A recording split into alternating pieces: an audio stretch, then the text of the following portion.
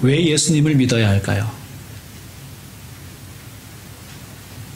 예수님을 믿어야 죄와 사망에서 구원받기 때문입니다.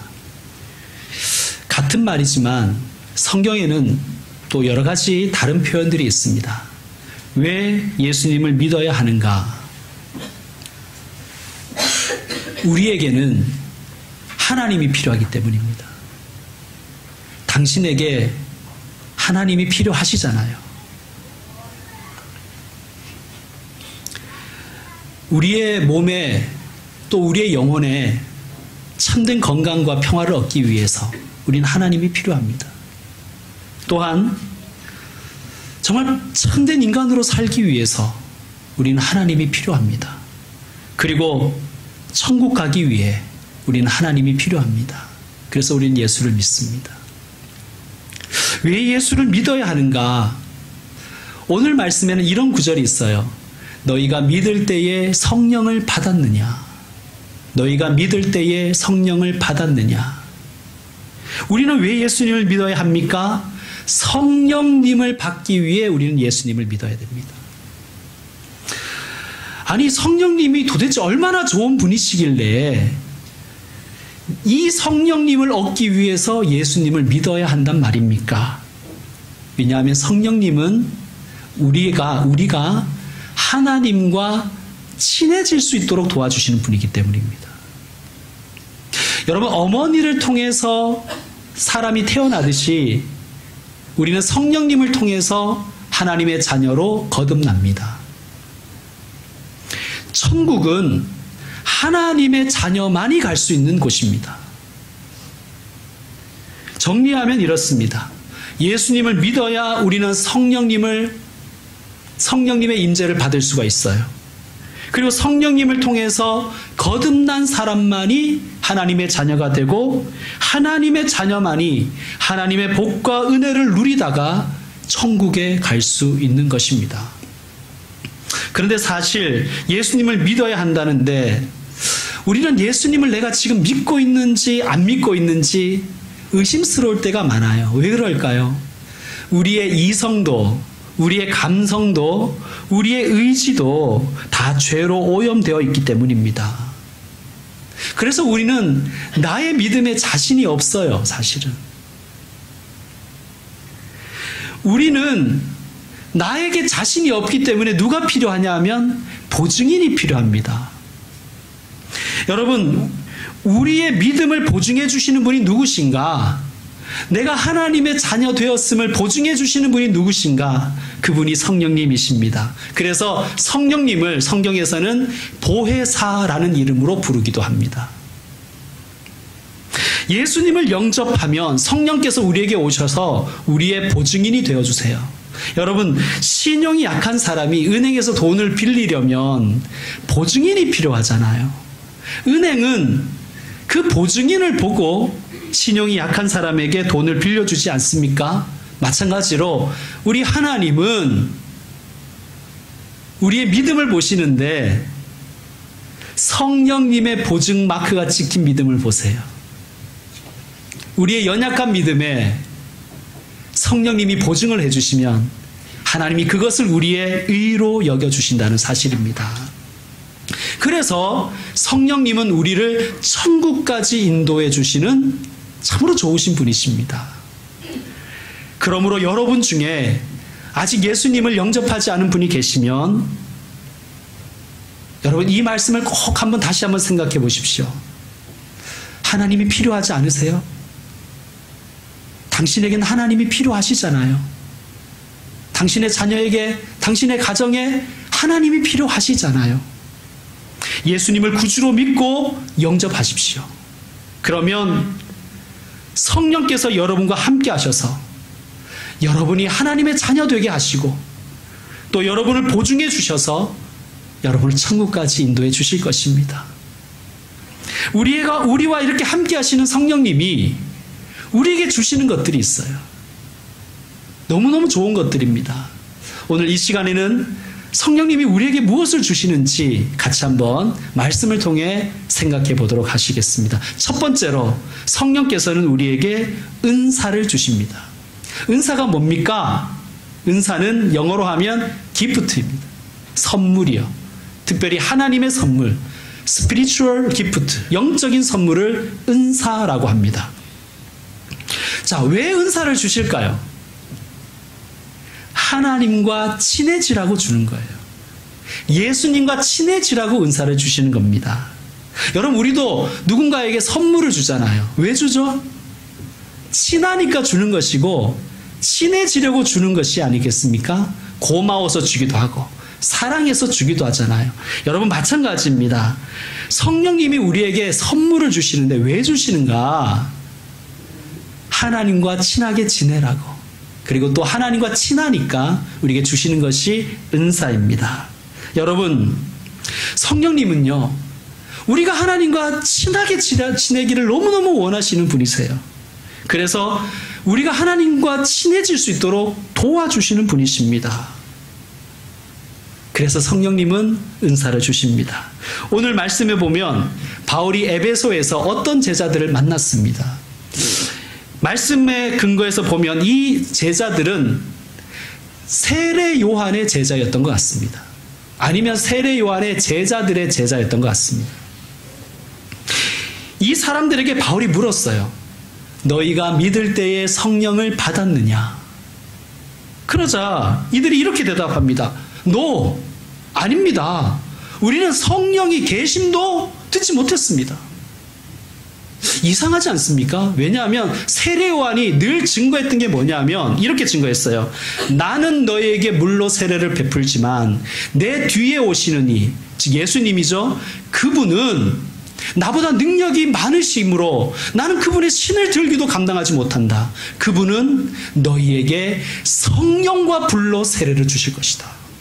그게 이 세례 요한의 핵심이었어요, 가르침에. 그런데 세례 요한의 제자들의 제자들이 성령님을 듣지도 못했다니 거짓말하는 것일까요?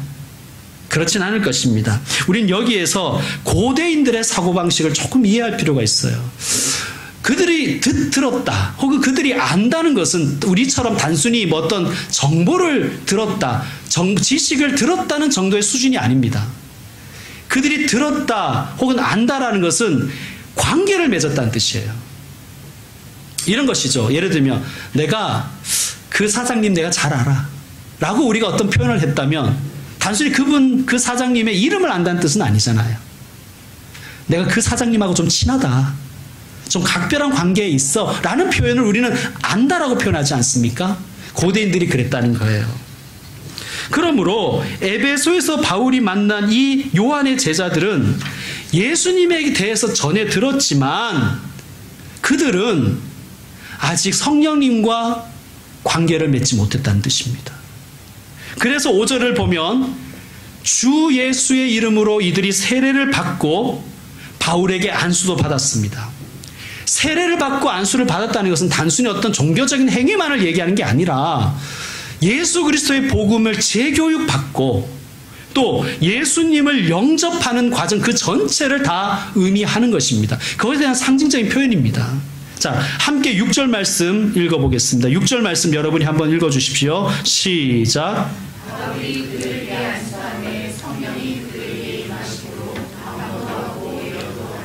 아멘.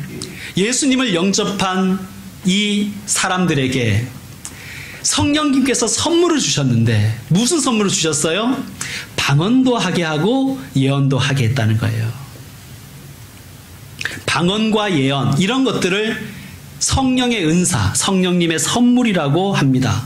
자, 왜 주신다고요? 이것을 하나님과 친하게 지내라고 주시는 거예요. 이 외에도 성령에는 여러 가지 은사가 있습니다. 우리 성경 한번 찾아보겠습니다.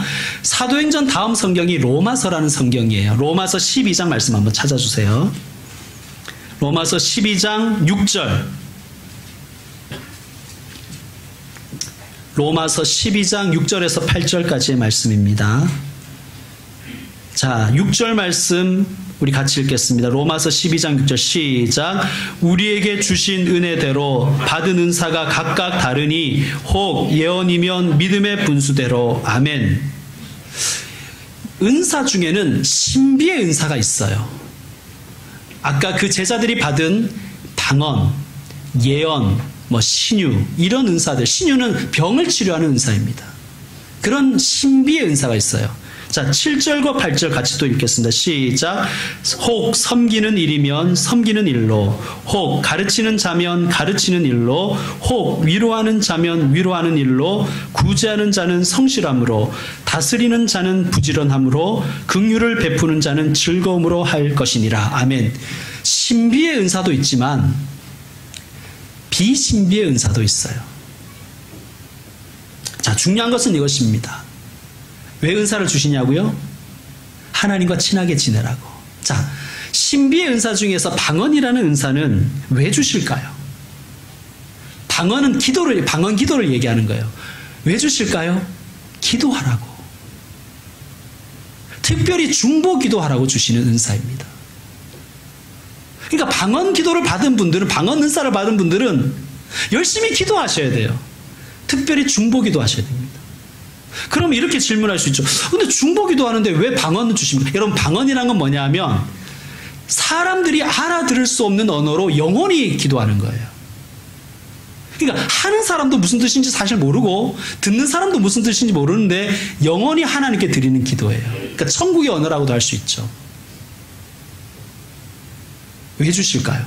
자, 어떤 분이 예를 들면 대표 기도를 하는데 방언 은사를 받았어요. 중보 기도의 은사를 받았어요. 그런데 이분이 막 기도를 하는데 어떤 사람이 간음한 거, 도둑질한 거 막 다 얘기하는 거예요, 막. 그럼 분위기가 어떨까요? 싸하겠죠? 은혜가 안 될 것입니다. 아마 제 생각에는 왜 방언의 은사를 중보 기도를 시켜야 될 사람에게 왜 하나님이 주시는가? 기도하는 자와 기도받는 자가 사생활을 서로 보호하기 위한 것이 또 이유 중에 하나가 아닐까 생각합니다. 하나님은 인격적이신 분이세요. 하나님 막 우악스러운 분이 아니세요. 막 다 까발리는 분이 아니세요. 여러분, 어쨌든 중요한 것은 방언 은사 받으신 분들은 기도하셔야 돼요. 방언 은사 받았다는 게 중요한 게 아니라 중보 기도자로서 살아가셔야 돼요. 예언이라는 은사는 뭘까요? 이 앞날을 알아맞히는 게 우리는 보통 예언이라고 생각하는데 맞다, 그것도 있어요. 그런데 성경이 말하는 예언의 80%는 사실은 현재에 관한 거예요. 이런 거예요.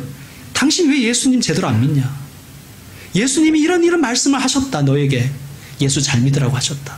이런 것을 증거하는 것이 예언입니다. 그러니까 여러분이 예언을 생각하면 누구를 생각하면 좋냐 하면 목사나 전도사 생각하시면 좋아요. 아니면 선교사. 자, 예언 은사 받은 분들은 그거 가지고 뭘 해야 될까요? 막 점쟁이처럼 점치고 이러면 예수 무당 되는 거예요. 예언 은사 받은 사람들이 해야 될 일은 뭐냐? 목사가 되든지 선교사가 되든지 전도자가 되든지 아니면 교사가 되든지 하나님의 말씀을 가르치는 자리에 서 있어야 돼요. 그것이 하나님께서 우리에게 은사 주신 이유입니다. 자, 우리가 방금 로마서 말씀 읽었지만 비신비의 은사들이 훨씬 더 많아요. 섬기는 것, 가르치는 것, 구제하는 것, 다스리는 것. 다스린다는 것은 행정 업무를 얘기하는 거예요. 긍휼을 베푸는 것.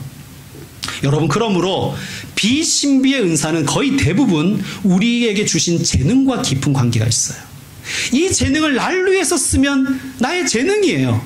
근데 이 재능에 하나님께서 은혜 부어주셔서 하나님 위해서 쓸 마음 주시고 하나님 위해서 사용하고 이웃 위해서 사용하고 교회 공동체를 위해서 사용하면 그건 은사가 되는 거예요. 재능 이꼴 은사는 아닌데 재능을 하나님 나라 위해서 쓰면 은사가 되는 거예요. 그건 내가 하고 싶어서 하는 게 아니라 성령께서 감동을 주셔서 가능한 거예요. 자, 여기서 은사에 대해서 우리가 유념해야 될 것이 있습니다. 첫째는요, 여러분 비교하지 마세요. 여러분, 어린애들은요, 선물을 주면 내가 받은 것과 저 녀석이 받은 것을 비교하잖아요.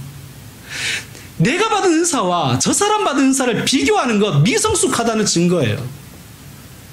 물론 부러울 수는 있는데요. 은사에 대해서 우리가 첫 번째로 가져야 될 자세는 뭐냐 하면 감사입니다. 감사.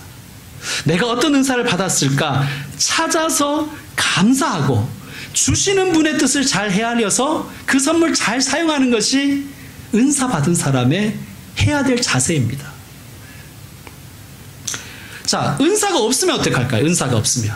예를 들면 은사 중에는 손님을 잘 대접하는 은사도 있대요. 성경에 보면. 자, 손님을 잘 대접하는 사람은 손님 대접에 대한 아이디어가 너무너무 많아요. 그리고 그건 또 다 잘해요. 그래서 사람들이 막 칭찬해줘요. 이거 은사죠. 근데 나는 손님 대접하는 은사가 없어요. 그럼 어떻게 해야 되는 거예요? 손님 가세요. 우리는 손님 안 받습니다. 막 이래야 되는 거예요? 아니죠.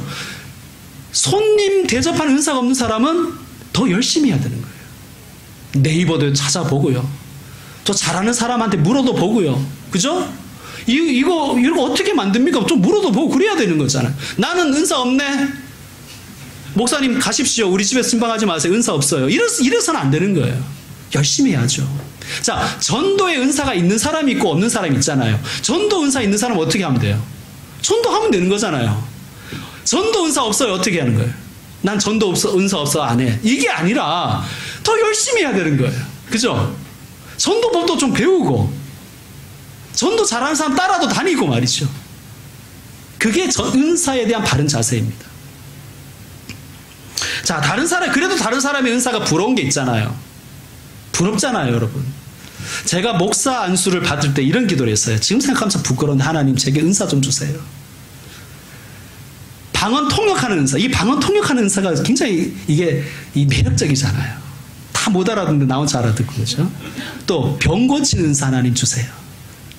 그리고 예언하는 은사 주세요. 제가 그거 기도했어요. 지금 생각하면 너무너무 부끄러운데 여러분 어쨌든 부러우면 하나님께 기도를 해야 되는데요. 달라고 기도를 해야 되는데 단 한 가지 왜 구하는지를 여러분 자신을 한번 살펴야 돼요. 호기심 충족하려고 하나님 주시겠어요? 단순히 나 호기심 좀 채워보려고 구하는데 주시겠어요? 여러분이 하나님이면 호기심 천국 때문에 달라는 사람 주시겠어요? 아니면 예언 은사 받아가지고 점쟁이처럼 돈 벌라고 이러면 하나님이 주시겠습니까? 내가 그 은사를 왜 구하는지를 나 자신을 살피셔야 돼요. 합당하면 하나님 주시는 거예요. 하나님 은사를 사모하라 그러셨어요. 합당하면 주십니다.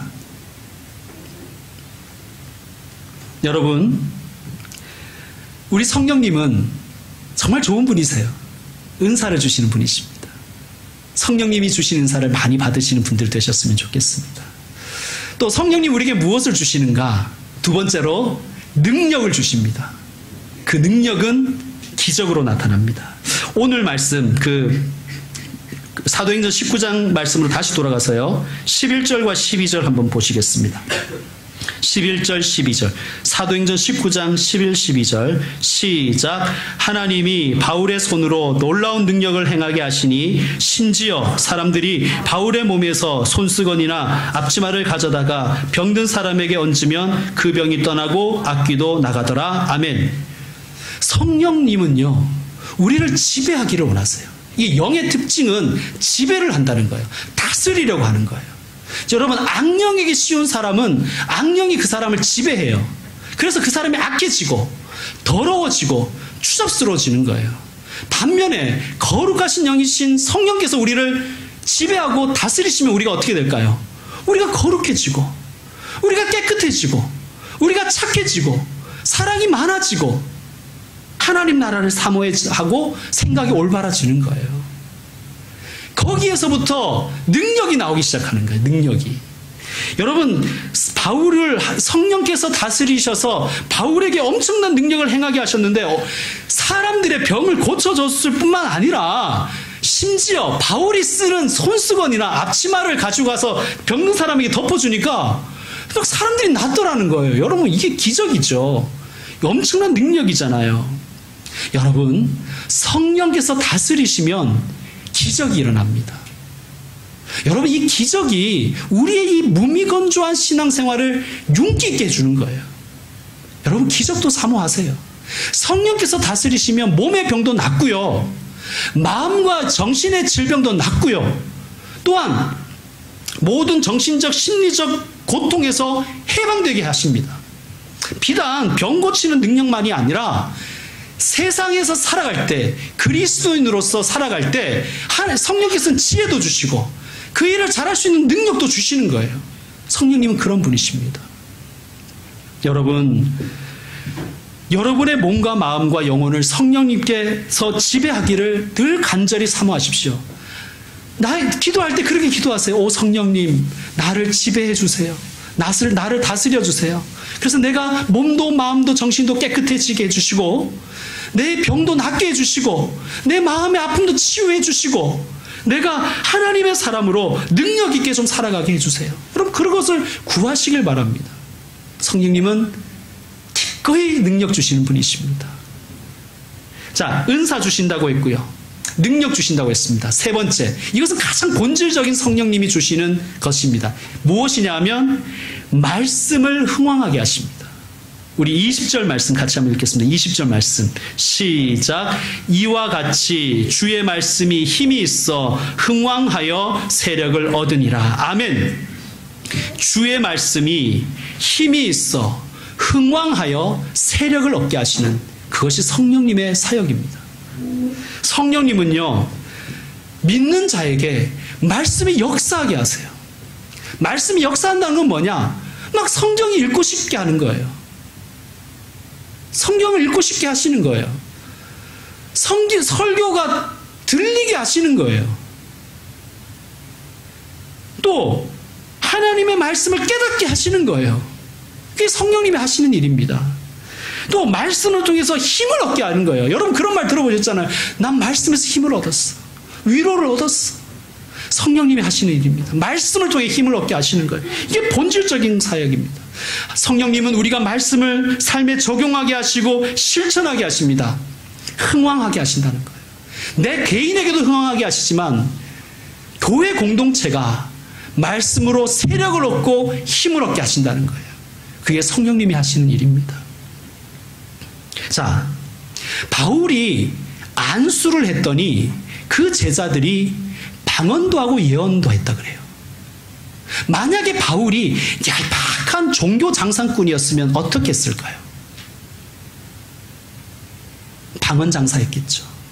방언 받고 싶은 사람 이름 오십시오. 코카콜라 해보자. 뭐 이렇게 하겠죠. 돈 받고. 만약에 바울이 얄팍한 종교 장사꾼이었으면 이렇게 했겠죠. 예언 받고 싶은 사람 모이십시오. 내가 예언해 주겠어. 돈 받고. 점쟁이 짓 했겠죠. 그런데 바울이 어떻게 합니까? 8절 말씀 같이 읽겠습니다. 시작. 바울이 회당에 들어가 석 달 동안 담대히 하나님 나라에 관하여 강론하며 권면하되. 아멘. 여러분, 우리가 할 일이 있고요, 성령님이 하시는 일이 있어요. 이거 거꾸로 하지 마세요. 내가 할 일은 뭐예요? 말씀에 천착하는 거예요. 우리는 우리의 할 일을 하면 되는 거예요. 하나님은 하나님 일 하세요. 하나님 이용하려고도 하지 말고. 여러분, 그런데 반응이 어땠어요? 자, 바울이 석 달 동안 집중해서 강론하고 하나님 나라에 관해서 가르쳤어요. 반응이 어땠을까요? 9절 말씀 같이 읽겠습니다. 시작. 어떤 사람들은 마음이 굳어 순종하지 않고 무리 앞에서 이 도를 비방하거늘. 여기까지. 반응이, 우리 생각에는 김영성 목사가 설교하니까 반응이 안 좋지만 바울 사도 같은 사람이 막 설교하고 강론하고 그것도 석 달 동안 부흥회하면 막 다 뒤집어질 것 같잖아요. 근데 그 중에도 마음이 굳어서 순종하지 않고 심지어 무리들 앞에서 이 도를 비방하는 사람도 있다라는 거예요. 여러분, 그러니까 우리는 이렇게 생각하는 거예요. 봐라. 성경 공부해봐야 필요 없어. 안수해 그냥. 방언 받고 예언 받고 막 병 고치고 이러면 반응 좋잖아. 아마 어쩌면 교인들, 이 에베소에 있는 교인들도 막 바울에게 권면했을 거예요. 바울 선생님, 이제 그만 설교하시고 안수하십시오. 안수에서 방언 받으면 게임 끝이 아닙니까? 예언 받으면 그냥 뭐 더 이상 볼 것도 없어요. 병 나아지면 뭐 말할 것도 없잖아요. 반응도 좋고. 이거 고생해서 설교하고 가르쳤더니 뭐 비방하고 마음이 굳어 순종도 하지 않지 않습니까? 우리 그냥 방언학교 세웁시다. 예언학교 세워서 그냥 그래 방언 주고 예언 주고 그럽시다. 아마 그런 의견을 내는 사람도 있지 않겠습니까? 자, 이 상황에서 바울이 어떻게 할까요? 여러분이 어떻게 하겠습니까? 자, 9절 후반부부터 10절 말씀 같이 읽겠습니다. 시작. 바울이 그들을 떠나 제자들을 따로 세우고 두란노 서원에서 날마다 강론하니라. 2해 동안 이같이 하니 아시아에 사는 자는 유대인이나 헬라인이나 다 주의 말씀을 듣더라. 아멘. 교회가 나갈 길입니다. 바울이 자, 3달 동안 최선을 다해서 가르쳤는데 반응이 신통치 않으니까 어떻게 했다는 거예요? 바로 예언학교 세운 게 아니라 오늘부터 안수합니다, 이런 게 아니라 3달 동안 안 되니까 2년 동안 했다는 거예요. 여러분, 우리가 이런 자세가 있어야 되는 거예요. 여러분, 가끔씩 이렇게 창문도 우리도 창문이 몇 개 있지만 잘 열리는 창문도 있지만 잘 안 열리는 창문도 가끔 있잖아요. 집에서도 집이 오래됐든지 어떤지. 그럼 우리가 어떻게 합니까? 포기해요? 그냥 창문 깨버리고 막 그래요? 어떻게 해요? 창문 잘 안 열리면 다른 창문보다 힘을 좀 더 줘서 힘있게 열지 않습니까? 그래야 신선한 공기가 들어오잖아요. 여러분, 마음이 굳어 순종하지 않고 이 도를 비방하는 사람들이 있을 때 어떻게 했다는 거예요? 더 힘을 줘서 사역했다는 거예요. 여러분, 혹시 마음이 잘 안 열리는 분 계세요? 포기하지 말고 조금 더 힘을 좀 주어 보시기 바랍니다.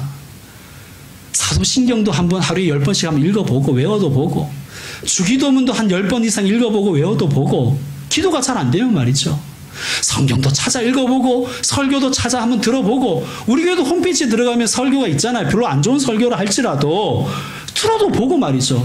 여러분, 인터넷에 들어가면 막 설교가 홍수예요.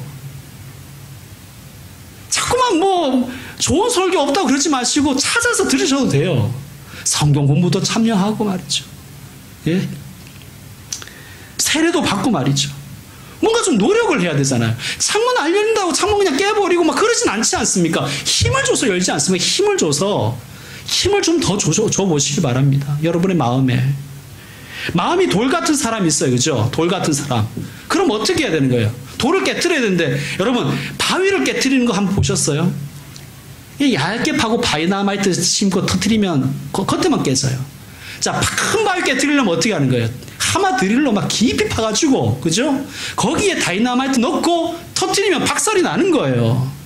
여러분, 내 마음이 돌 같다. 어떻게 하면 되는 거예요? 기도와 말씀으로 깊이 뚫어야 되는 거예요. 저 사람이 예를 들면 내 가족이 혹은 내 제자가 나의 같은 구역원이 그 사람이 마음이 굳어서 잘 안 받아들인다. 그러면 포기하는 게 아니라 깊이 기도로 파서 성령의 다이나마이트를 넣어서 터뜨리게 하면 되는 거예요. 그건 우리가 해야죠. 그건 우리가 해야죠. 3달 동안 해서 안 되니까 바울이 2년 쏟아 부어버리잖아요. 바울이 한가한 사람이 아니에요, 여러분. 사랑하는 성도 여러분, 우리 성령님은 말씀을 읽게 하시는 분이십니다. 성령님이 우리에게 임하시면요, 말씀이 읽고 싶어져요. 성령님이 우리에게 임하시면요, 말씀이 들리게 하세요. 그리고 그 말씀을 좀 나도 실천해 볼까 하는 감동도 주시는 분이세요. 말씀을 흥황하게 하시는 분이 성령님이십니다. 이제 말씀 마무리하겠습니다. 성령님은 우리에게 좋은 것 주시는 분이세요. 은사 주시는 분이십니다. 능력 주시는 분이십니다. 내 안에서 또 우리의 교회 안에서 말씀을 흥황하게 하시는 분이십니다. 여러분, 이 좋으신 성령님과 좀 친하게 지내십시오. 성령님과 친하게 보이는 분하고 좀 친하게 지내세요. 맨날 주변에 부정적인 말하고 믿음 없는 사람, 막 낭만케 하는 그런 사람하고 좀 가까이 지내지 말고, 그런 사람하고 그냥 인사만 하고 지내고, 성령님과 좀 친해 보이는 사람을 좀 쫓아다니세요. 그 사람하고 좀 이야기도 좀 나누시고, 그런 노력은 우리가 해야 되지 않겠습니까? 여러분, 우리의 삶의 문제들은 거의 대부분 하나님과 안 친해서 비롯되는 문제들이 너무너무 많아요. 여러분, 오늘부터 이제 연말이잖아요. 연말과 새해 이런 결심 한번 해보십시오. 내가 하나님과 조금 더 친해지겠다. 여러분, 친해지려면 어떻게 해야 돼요? 대화를 좀 많이 하셔야 돼요. 대화를. 자, 하나님께 말씀을 드리는 것을 우리는 기도라고 합니다. 하나님께 좀 기도 좀 하세요. 나의 걱정, 근심, 두려움, 내가 져야 될 짐, 의무, 염려, 하나님께 좀 말씀드리세요. 근데 일방적으로 나만 말하면 대화가 아니잖아요. 듣기도 해야죠. 성경도 읽고 성경 공부도 하고 신앙서적도 좀 찾아 읽고 목사랑도 좀 대화하고 목사처럼 보이는 분하고 대화하고 목사처럼 보이기 싫어서 머리를 파마를 하신 분도 있지만 파마한 목사님 같잖아요. 그분과 대화도 좀 나누고 그런 여러 가지 일들을 노력을 하십시오. 성도 여러분, 성령님은 우리를 도와주시는 분이세요. 이 성령님과 안 친해지면 누구랑 친하게 지내시겠단 말이에요. 이 연말에. 동창들하고 친하게만 지내기를 하지 마시고 우리 성령님과 성탄절을 또 성령님과 연말 연시를 함께 보내시면서 조금 더 친해지시는 저와 여러분 되기를 주의 이름으로 축원합니다. 기도하겠습니다. 하나님과 더 친해지고 싶어요. 성령님 저 좀 도와주세요. 성령님 우리 좀 도와주세요. 그래서 하나님과 더 친해지게 해주세요. 하나님 우리에게 은사 주시는 것 감사합니다. 자격이 없는데 선물 주셔서 감사합니다.